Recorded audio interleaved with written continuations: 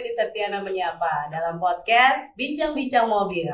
Dan kali ini kita akan membahas otomotif roda 4. Hadir bersama kami di sini pakar YIV kami, Bapak Mahendra Gopar. Selamat pagi, Bapak. Selamat pagi. Beliau adalah ekspat industri otomotif dengan pengalaman 27 tahun berkarir di Audi Global, Volkswagen Group Regional, Audi China, dan Lotus Teknologi. Nah, tidak kalah kerennya Bapak Aditya Siregar. Selamat pagi, Bapak. Pagi. Publisher senior media otomotif dengan pengalaman 22 tahun di media cetak, online, dan kini adalah founder Bincang-Bincang Mobil. Nah, last but not least, Bapak Hadi Suprapto. Selamat pagi. Selamat pagi, Bapak. Selaku Pemret Harian Haluan dan juga sekaligus menjabat sebagai Sekjen Jaringan Pemret Promedia. Oke, Bapak Mahendra. Kali ini kita akan mendiskusikan soal potensi mobil listrik di Indonesia. Kira-kira kenapa sih sampai sekarang masih ada ketakutan dari konsumen tanah air? Boleh diceritakan, Bapak? Mungkin itu karena informasinya kurang ya. Jadi ada yang istilahnya itu FUD, Fear, Uncertainty, dan Doubt. Jadi ketakutan, ketidakpahaman, dan keraguan. Jadi sebetulnya media ini juga harusnya juga memberi informasi yang baik untuk konsumen ya. Disinilah bapak-bapak dua inilah yang tugasnya adalah bagaimana menyampaikan informasi-informasi yang benar tentang EV. Misalnya salah satunya bahwa EV itu bagaimana kalau misalnya pas hujan atau banjir gitu. Nggak masalah sih sebetulnya, karena baterai dan motor listriknya itu kan kedap air. Mungkin kemarin waktu banjir di Dubai, ada yang sempat lihat klipnya di YouTube atau di TikTok, Porsche Taycan nyelam ke ini di dalam air banjir yang lebih dari 1 meter. Itu sebetulnya di sini nggak masalah, jadi nggak bakalan nyetrum misalnya gitu ya. Mungkin satu lagi bagaimana baterainya. Kalau misalnya baterai diganti itu mahal. Banyak orang yang bilang baterainya mahal kalau misalnya diganti satu baterai pack itu. Tapi sebetulnya baterai itu kan digaransi 8 tahun. Di mana 8 tahun itu bukan berarti setelah 8 tahun baterai itu rusak. Tapi baterai itu digaransi setelah 8 tahun degradasinya hanya maksimal 20%. Jadi artinya sebetulnya nggak ada yang harus ditakutkan sih. Dan juga kenapa dengan antisipasi beberapa pabrikan Cina misalnya, Wuling, mereka berani menggelontorkan garansi seumur hidup untuk baterai dan komponen-komponen EV utamanya. Oke. Kalau dari Mas Harit ada yang mau disampaikan? Oke, mungkin saya lebih melihat dari sisi pasar ya kan. Kalau kita lihat dunia ini kan sekarang lagi tren EV-nya lagi sangat tinggi, bahkan sales 2003 itu naik 35% dari 2022. Sementara di Indonesia juga cukup pesat, malah di kuartal pertama growth-nya itu 178%. Nah, cuma pasarnya masih kecil ya, kalau misalnya di sekitar 3-4%, itu naik dari 1,7. Nah, cuma yang menjadi pertanyaan saya ya sebenarnya prospeknya seperti gimana? Karena saya termasuk orang yang cautious di pasar, karena segmen Indonesia itu kan konservatif sekali kan. Even di Indonesia itu buat matic aja butuh sekian tahun buat memasyarakat. Sekarang pun orang masih hebohnya gerak belakang sampai depan. Memang isu itu udah berapa puluh tahun lalu di dunia global. Nah, EV ini bagaimana sih kira-kira? Apakah prospeknya bagaimana dan menjawab orang Indonesia yang konservatif itu? Memang pasarnya ke situ sih kira-kira. Sebetulnya kalau bisa dilihat dari operational cost-nya, Indonesia itu salah satu negara di dunia yang harga listriknya itu yang salah satu yang terendah di dunia. Jadi artinya kalau misalnya Adit beralih dari ICE ke EV, itu penghematan operational cost-nya dari bensin ke listrik itu bisa sampai 80%. Betul. Jadi disitulah yang bisa dibilang sebagai atraksi dari EV di Indonesia, karena harga listriknya itu sangat murah. Dan sebenarnya kan kalau listrik itu dibanding sama bensin ya, di seluruh pelosok Indonesia pun ada colokan listrik namanya kan.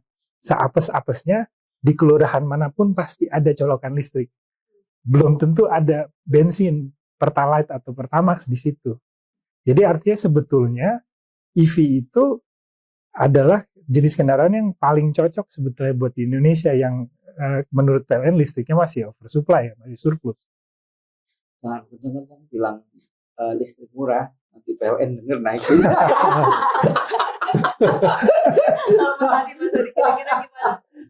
Saya sepakat dengan Pak Mahen tadi, bagaimana kita mengedukasi masyarakat.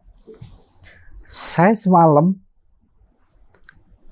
kejebak macet lumayan lama di Antasari, di Layang Antasari, jalan Layang Antasari itu. Saya pikir itu wajar. Ternyata ini macetnya gara-gara ada Ioniq 5 terhenti di situ. Dan saya lihat pengemudinya itu buka kap. Saya nggak paham itu buka kap itu buat apa. Ya, saya sambil ini, itu bukan mesin.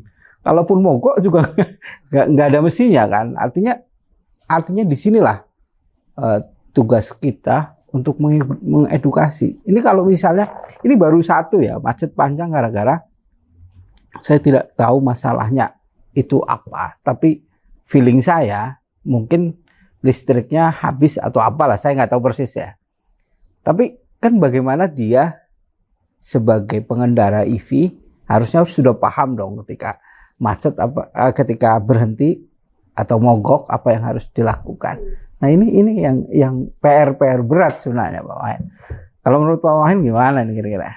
Sebenarnya sih pada dasarnya itu sebenarnya ini adalah political will dari pemerintah kita juga ya. Terlepas dari kita sebagai konsumen operational cost kita akan lebih murah. Sebetulnya pemerintah Indonesia sendiri itu ada beberapa dasar kenapa kita harus mulai untuk transisi ke EV. Salah satunya karena pemerintah Indonesia itu menandatangani Piagam Paris, climate. Oke. Artinya pengurangan gas emisi. Kedua, dengan kita beralih dari bensin ke listrik, berarti subsidi kita kan net importer bensin ya. Betul. Jadi artinya semakin banyak bensin yang kita bisa hemat karena kita nggak pakai bensin, itu artinya pemerintah tuh devisanya makin bisa banyak yang dihemat. Jadi sebenarnya ada political will juga dari pemerintah. Kenapa? Pemerintah juga untuk membantu konsumen itu untuk bertransisi dari bensin ke listrik. Sekarang kalau dilihat kan untuk di Jakarta aja paling gampangnya sih dengan plat biru itu kan bebas ganjil genap. Jadi mobilnya bisa kapan aja lewat di situ. Terus ongkos BPKB? Oh ya. Ya, pajak juga. Pajak tahunan. Pajak tahunan juga. BPN. Makanya. Jadi ada insentif itu untuk mengadopsi ke arah mobil listrik. Tapi ya itu, kalau misalnya kita dibilang ini sebenarnya buat lingkungan, kita akan mengurangi polusi, itu biasanya orang ya tapi bagus, tapi mungkin bukan dengan saya bayar lebih mahal ya. Jadi gimana ya? Jadi mungkin kalau misalnya konsumen itu sendiri bisa melihat benefitnya untuk kantongnya dia misalnya, dia lebih cenderung untuk mengadopsi itu ketimbang kalau dibilang kamu bisa bisa menjadi salah satu mengurangi pencemaran lingkungan gitu. Buat apa, nggak ada yang tertarik sebetulnya. Iya. Lebih mikirin ke dirinya sendiri. Betul. Dulu biasanya konsumen Indonesia. Gimana Mas Hadi? Kalau saya pikir ya konsumen itu memang menarik gitu, tapi pasti ada sedikit ketakutan. Kita di listrik itu ada istilah range anxiety. Kita harus merasa seperti ya nih kalau dari sudut pandang yang paling awam gitu. Kita merasa hidup kita jadi diatur mobil. Mana kita harus prepare. Sementara kalau bensin ya udah 5 kilo dari sini juga ada. Kita kalau EV kan udah mungkin bagaimana ya untuk mengedukasi habits yang seperti itu ya ke konsumen. Ketakutan sebagai range anxiety itu, atau HP pun kita sering lupa ngecas malam pagi-pagi, astagfirullah bensin lupa ngecas malam mau pergi, nah yang gitu Mungkin ada tips and trick atau what to do-nya ya supaya persifnya itu hilang, ketakutan itu ya. Itu sebenarnya seperti disiplin aja sih. Ingat kan waktu kita beralih dari Nokia ke iPhone kan? Nokia itu sekali charge seminggu bisa ditinggal. Seminggu ya? Seminggu. Sementara kalau misalnya smartphone seperti iPhone itu tiap malam harus di-charge. Jadi artinya kita sebenarnya harus disiplin juga. Kita harus nge-charge-nya bukan nunggu sampai kosong. Karena masalahnya itu mobil listrik juga kalau misalnya tunggu sampai kosong, itu cukup lama untuk nge-charge-nya sampai penuh. Sedangkan kalau misalnya kita disiplin tiap hari atau tiap 2 hari sekali kita charge, mungkin itu untuk kita sendiri nggak membuang waktu gitu ya. Artinya untuk kita sehari-hari, misalnya 30 km sehari. Sebenarnya mobil listrik itu sekarang rata-rata range-nya udah 400. Artinya itu kan sebenarnya bisa untuk seminggu lebih kan, 10 hari mungkin. Jadi artinya untuk nge-charge 10% itu sebenarnya nggak lama, paling seperempat jam, 20 menit gitu. Di rumah kalau misalnya ada charger kan lebih bagus lagi gitu kan. Malam colok, besok pagi udah penuh lagi. Atau kalau misalnya masih cuma 10%, kita ngopi sebentar aja, kelar.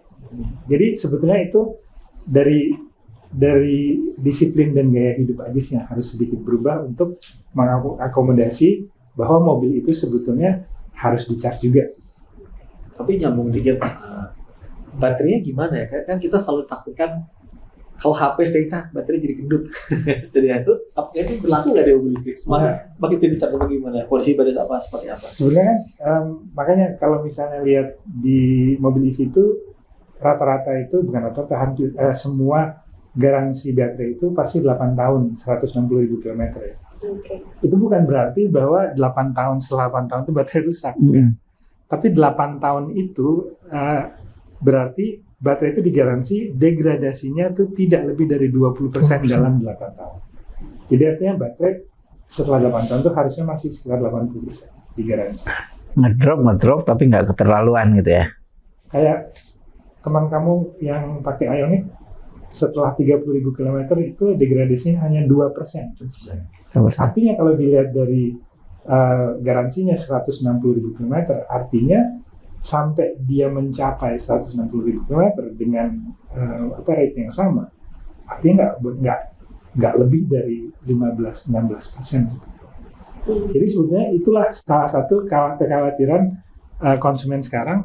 Karena mereka dengar baterainya itu mahal kalau harus diganti. Betul. Masa tiap 8 tahun diganti? Enggak kok. Mobil-mobil listrik yang sekarang berkeliaran, ada yang usianya udah 10 tahun, 12 tahun, bahkan 15 tahun. Nissan Leaf yang betul. Itu sebetulnya baterainya masih, mungkin range-nya berkurang ya karena degradasi. Tapi artinya bukan berarti baterainya itu langsung rusak dan harus diganti. Ya, kemarin baca itu, ada studi di Amerika itu katanya hanya 2,5% mobil listrik yang pernah ganti baterai. 2,5%. Dan itu untuk mobil yang di bawah 2015 memang lebih tinggi. Tapi dari 2015 baterai mungkin beda ya. Itu hanya 1,3% atau 1,9% yang pernah ganti baterai. Jadi memang dari sisi itu sih soal baterai harusnya orang tidak khawatir lagi ya.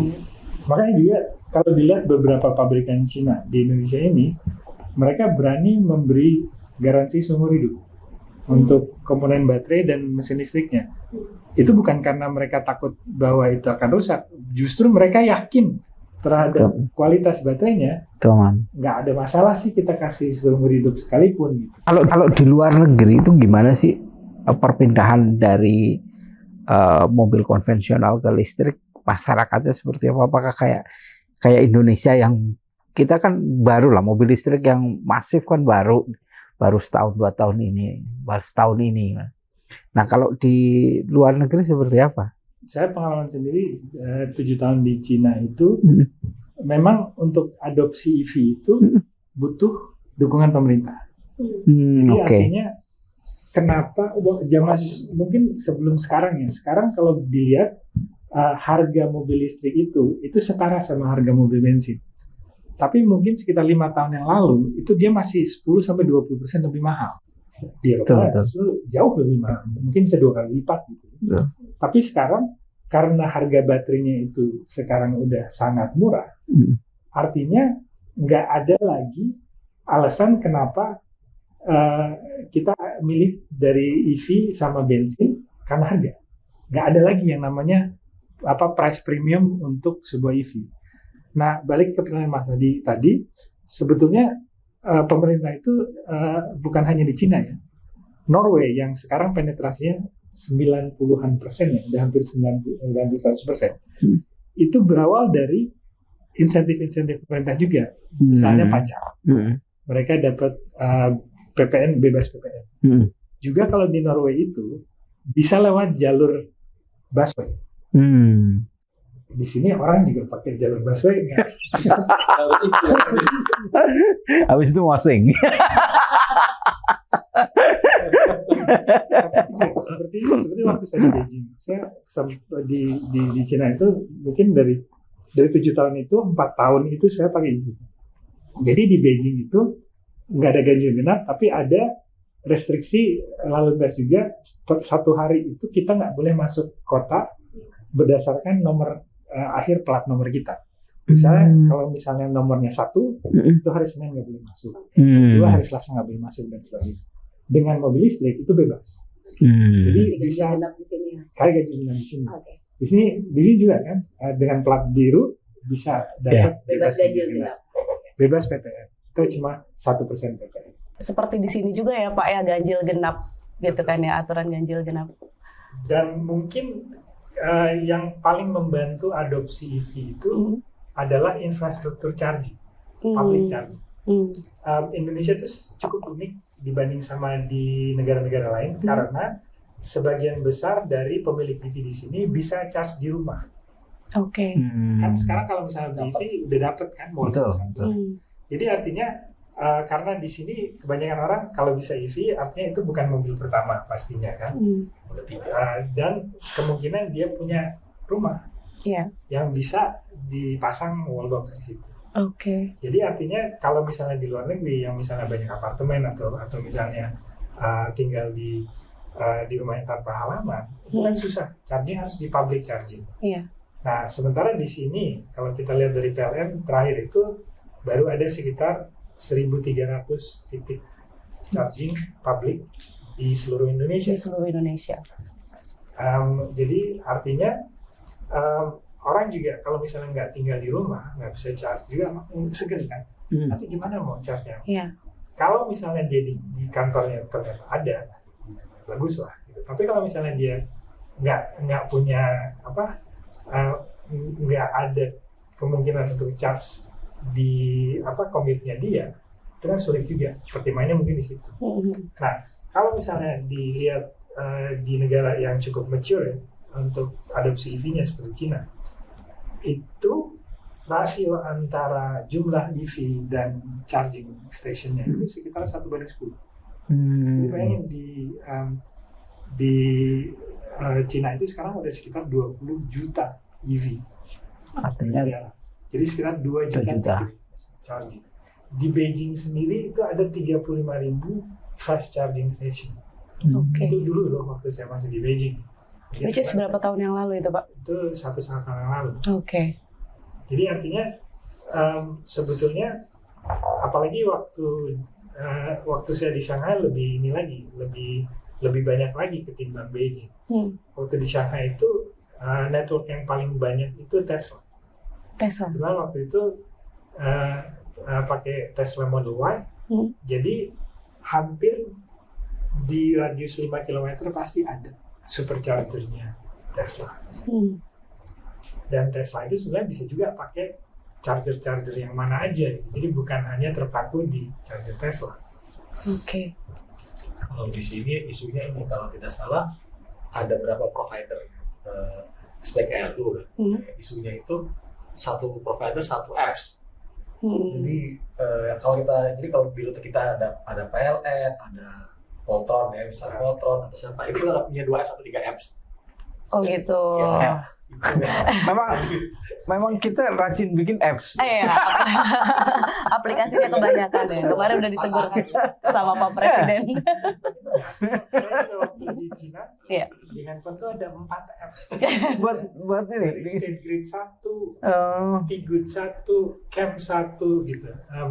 Makanya waktu di sana itu kenapa saya suka sama Tesla itu, karena dia nggak perlu pakai banyak apps. macam-macam. Oke. Oh. Itu dari mobilnya sendiri bisa kita booking slot yang di mana, kemudian di charging stationnya itu plug and charge.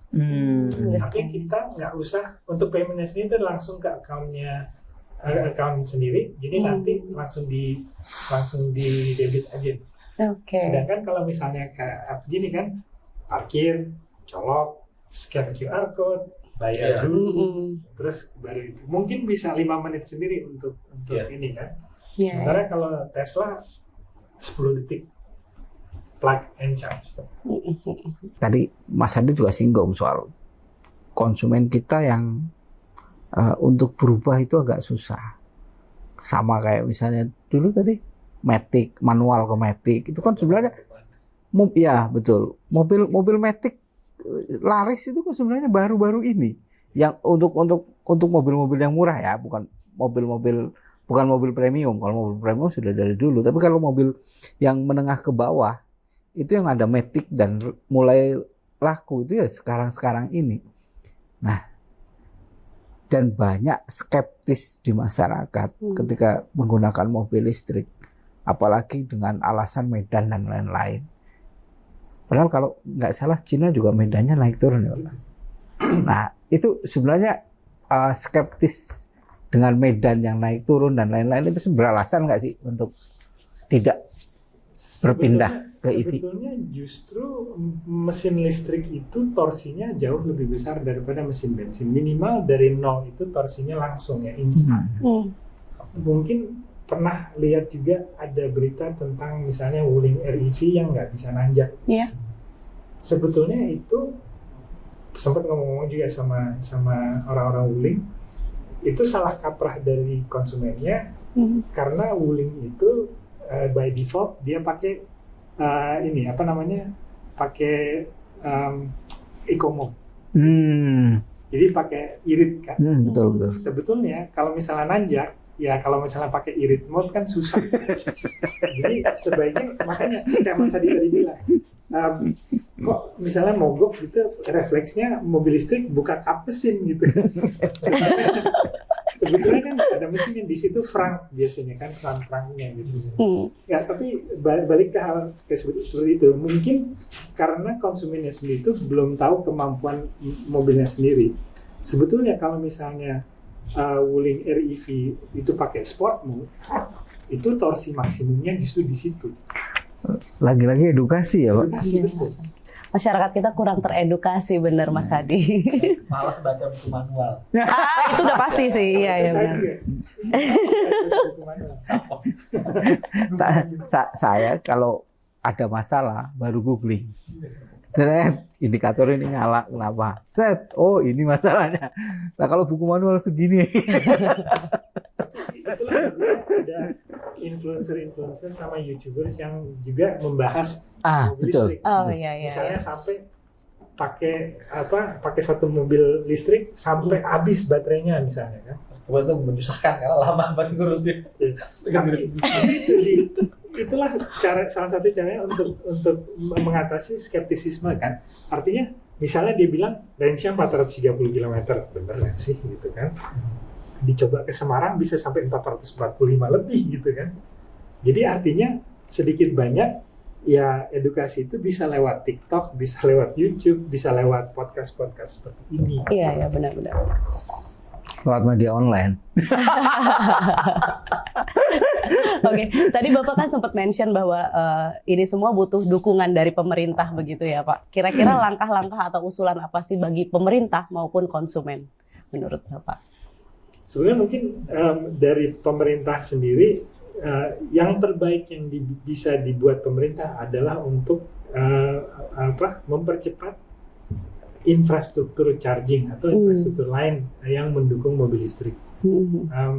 Sebetulnya kan seperti ganjil genap itu cuma berlaku buat orang Jakarta kan. Iya. Sekarang kalau orang Surabaya, apa untungnya punya mobil listrik gitu kan? Oke. Tapi mungkin ada lagi insentif-insentif lain untuk untuk bisa orang itu jadi lebih terbuka untuk adopsi itu. People don't like change. Kan? Yes. Jadi disitulah, apalagi yang namanya mobil bensin ke mobil listrik itu benar-benar satu loncatan yang jauh yang harus yang membutuhkan keberanian juga gitu sebetulnya kan. Banyak ketakutan itu tadi yang disampaikan Mas Adi. Yang menarik itu yang waktu mudik kemarin itu kan banyak polemiknya kan, banyak diskusi. Tapi sebetulnya PLN juga cepat tanggap. Seminggu sebelum mudik itu ditambah 200 titik lagi di sepanjang tol Sumatera Jawa. Oke. Jadi artinya pemerintah itu sebenarnya cukup tanggap, tapi artinya kan sebetulnya ini seperti telur dan ayam kan. Yeah. Sekarang kalau misalnya mau bikin infrastrukturnya tapi nggak ada mobilnya, di lain halnya mau beli mobil tapi gimana secara infrastrukturnya gitu. Ekosistem. Kita ekosistem. Gimana Mas Adit? Mungkin kalau selain nambahin dikit ya ada sisi juga dari sisi produsennya ya, karena Indonesia ini kan negara yang udah sangat cepat minded. Sementara yang ada dengan mobil listrik harga terjangkau itu baru China. Betul. Sementara ada banyak studi-studi yang survei orang itu perceived risk-nya mobil China itu masih sangat tinggi. Mungkin itu juga tantangan tersendiri. Korea katanya soon akan ada yang 500 jutaan soon. Mungkin itu juga menjadi menarik. Mungkin ada kira-kira bagaimana sebagai yang sudah lama di apa sebenarnya perceived risk terhadap mobil China itu beralasan nggak sih kan? Orang kita masih mikir kalau supaya daerah Jepang tinggal gelinding, sementara mobil China isu-isunya ada aja yang masih belum serapih udah Jepang kan dari sisi daya tahan. Mungkin itu sebetulnya analoginya bukan hanya untuk EV ya. Sebenarnya kan itu reputasi. Reputasi itu bukan hal yang bisa didapatkan dalam waktu dekat. Seperti misalnya mobil Korea waktu masuk pertama kali tahun 90-an. Iya. Itu kan sama, skeptis juga orang. Ini mobil Korea murah, tapi apa benar bisa gitu. Makanya misalnya Hyundai waktu itu atau Kia, itu mereka berani garansi 7 tahun. Yang waktu itu mobil Jepang belum pernah ada garansi 7 tahun. Korea butuh sekitar 10 tahun untuk mendapatkan reputasi sebagai mobil yang handal. Nah kita lihat sekarang berulang kembali dengan mobil Cina. Tapi mobil Cina itu mungkin butuh kurang dari 10 tahun. Mungkin mereka butuh 5 tahun. Kalau bisa dilihat, mereka gimana cara reputasinya. Ya, reputasi pertama yang murah.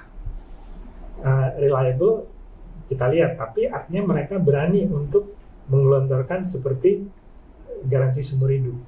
Seperti itulah yang bisa menenangkan konsumen lah. Dan nanti akan menaikkan reputasi brand itu sendiri. Kalau misalnya mobil-mobil premium misalnya Audi, BMW, Mercedes, itu kan udah beratus-ratus tahun reputasinya itu dirintis. Jadi kalau mobil-mobil Cina sekarang, misalnya yang baru ya seperti kayak Nio atau Expo, itu 5 tahun yang lalu mereka belum ada, gitu kan. Jadi sebetulnya mereka nggak ada sejarah, nggak ada heritage, di mana orang bisa lihat ini sejarahnya mobilnya apa sih? Ya mereka bisa tawarkan adalah inovasi. Mereka bisa tawarkan reliability, mereka bisa tawarkan murah, gitu. Jadi ya strateginya begitu karena mereka tidak punya sejarah ratusan tahun di brand-brand lain yang mungkin yang kita waktu itu sempat punya rubrik sendiri malah untuk sejarah mobil-mobil. belum ada museumnya juga mobil China. Ya Mas Adi, boleh closing question atau statement dari Mas Adi deh. Saya sih yakin mobil listrik lama-kelamaan akan diterima masyarakat Indonesia. Iya. Cuma saya yang sangat khawatir Indonesia ini punya nikel. Jangan sampai ini pesta mobil listrik ini kita hanya jadi penonton. Jadi nanti tetap pemainnya itu aja. Kita jadi pasarnya saja. Nah, ini yang saya khawatirkan sebenarnya itu. Jadi kayak misalnya memang sudah ada beberapa pabrikan yang investasi ke sini. Tapi apakah sebanding dengan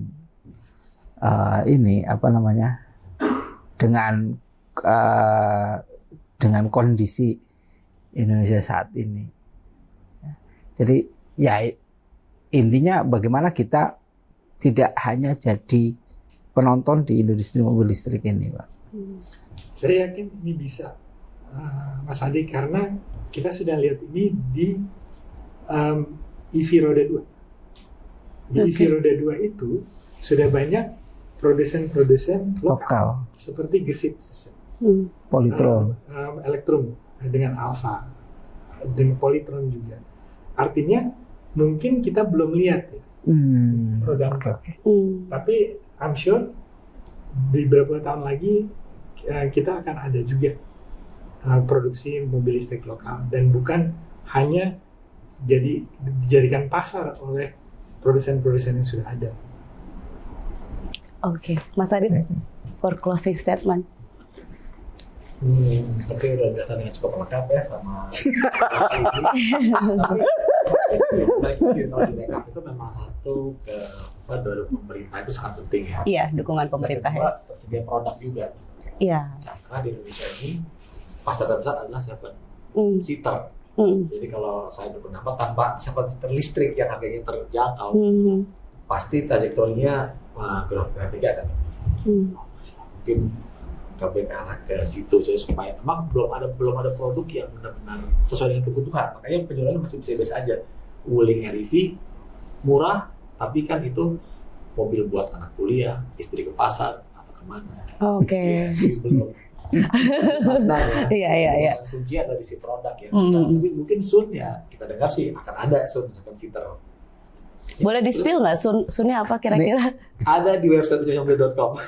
Oh gitu. Ini tipikal bapak-bapak memang gitu. Oke. Dia selalu beranggapan bahwa ini keluarga seven seater. Point of view bapak-bapak ya. Bapak-bapak. Itu sih mungkin kalau produk saya sih. Oke, Pak Mahendra mungkin ada yang disampaikan lagi, Pak? Mungkin sebagai seorang yang baru kembali ke tanah air setelah berpuluh-puluh tahun, sebenarnya saya cukup terkejut dan juga positif terkejut bagaimana terbukanya pasar Indonesia itu terhadap EV.